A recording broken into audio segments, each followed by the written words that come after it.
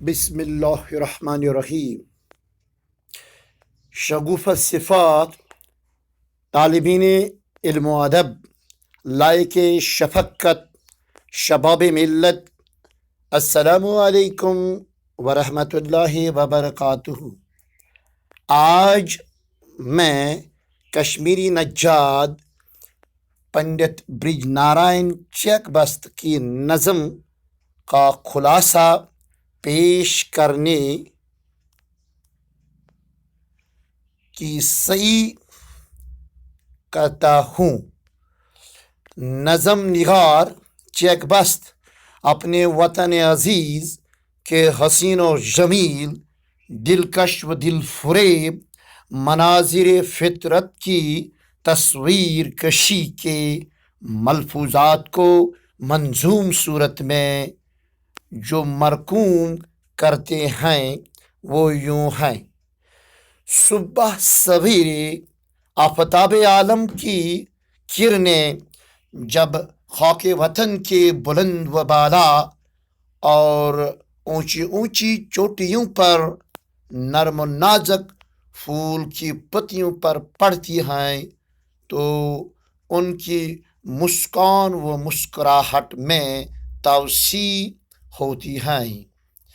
اسی اثنا میں ننھی منی خوش لہن پرندوں کی صدا بہار صدائیں سرسبز شاخوں کے سائے میں بلند ہوتی ہیں۔ طویل و طول بلند تودوں پر صبح صادق کی شفق نمودار ہوتی ہیں اور رفعت آرا کوہ و دامن میں مہندی کی چمک دمک ہوتی ہیں۔ جیسا کہ سنہری سلسلہ پہاڑ کی آڑ میں صبح کی دلہن سجائی جاتی ہے، جس پر سفید و شفاف بادلوں کے ٹیلے مست و مدہوش پروانوں کی طرح سایہ فگن ہوتے ہیں۔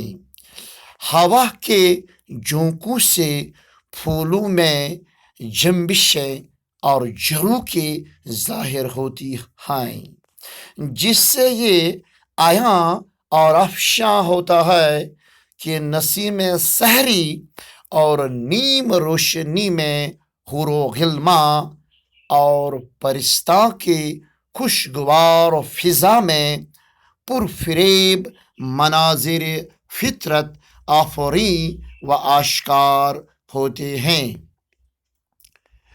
پیارے پرند صفات طلباء و طالبات، چیک بست منظوم ملفوظات میں آپ کے افہام و افکار کو یوں جھنجھوڑتا ہے اور آپ سب طیور طہور کے چشمان مازاغ البصر کی بصیرت افروز بصارت میں یوں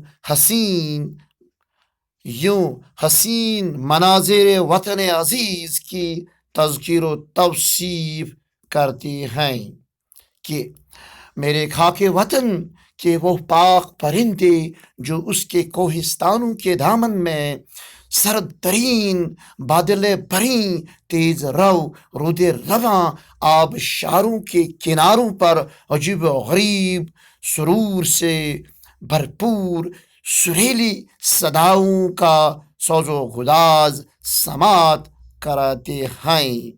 ان وسیع و ریز سرسبز و شاداب اور شفاف و شرف آفریدہ وادی گلپوش میں خشک و تر، خوش رنگ، زریں ذائقہ، لذیذ و لطیف، نرم و ملائم میوہ منفرد موجود ہیں، جو برسوں سے بیمار یا مرض دائم میں مبتلا مریضین کو یک لحظت میں صحت مند اور صحیح سالم رکھتے ہیں۔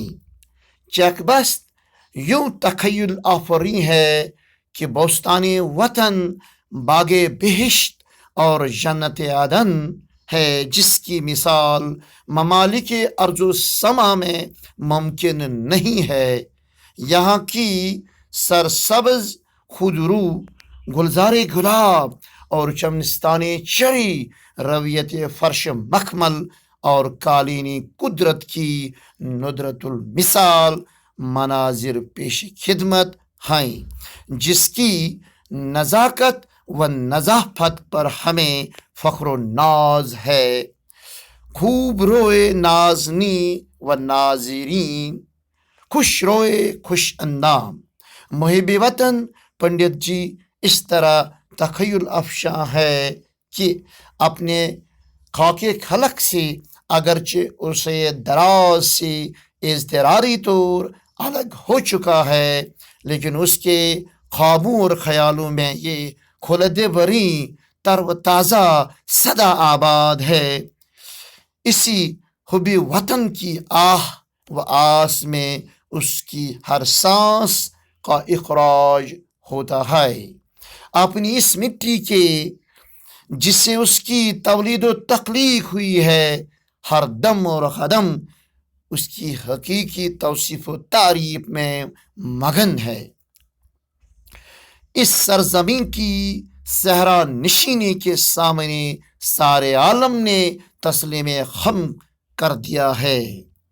اس خاک خوش پسند اور سدا سبز مسند سے مستند علماء دہر، عدیم المثال ادیب، عارفین باللہ، سرکرد شعراء اور سخنور صوفیائے سرزمین، صاحبین ذہانت و ذکاوت، دیرینہ صفات دانشور، لائق ادب فضلاء، قابل اکرام علماء، منفرد محققین تعلیمات، مؤدب مارکین تہذیب و تمدن، لائق وقار وارثین ثقافت، محترم مجددین ملت، محتشم محبین وطن، جیسے للعارفہ شیخ نور الدین رشی، شیخ یعقوب صرفی، ملا طاہر غنی کشمیری،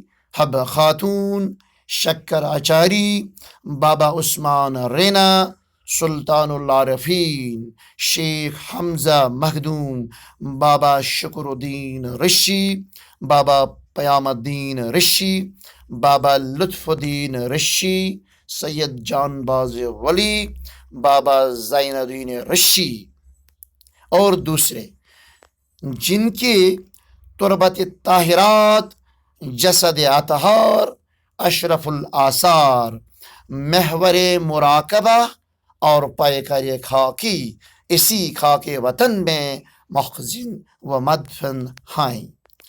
ان کی روحانی تعلیمات، رموز و اسرار، رشد و ہدایت، عارفانہ ارشادات، سلسلہ رشیت، فرمودات لافانی، فلکیات و سماوات میں سیر و سیاحت کرنے کے فلسفے و طبیعیات یہاں کی ہر پشت میں لہو کی طرح گشت کر رہے ہیں۔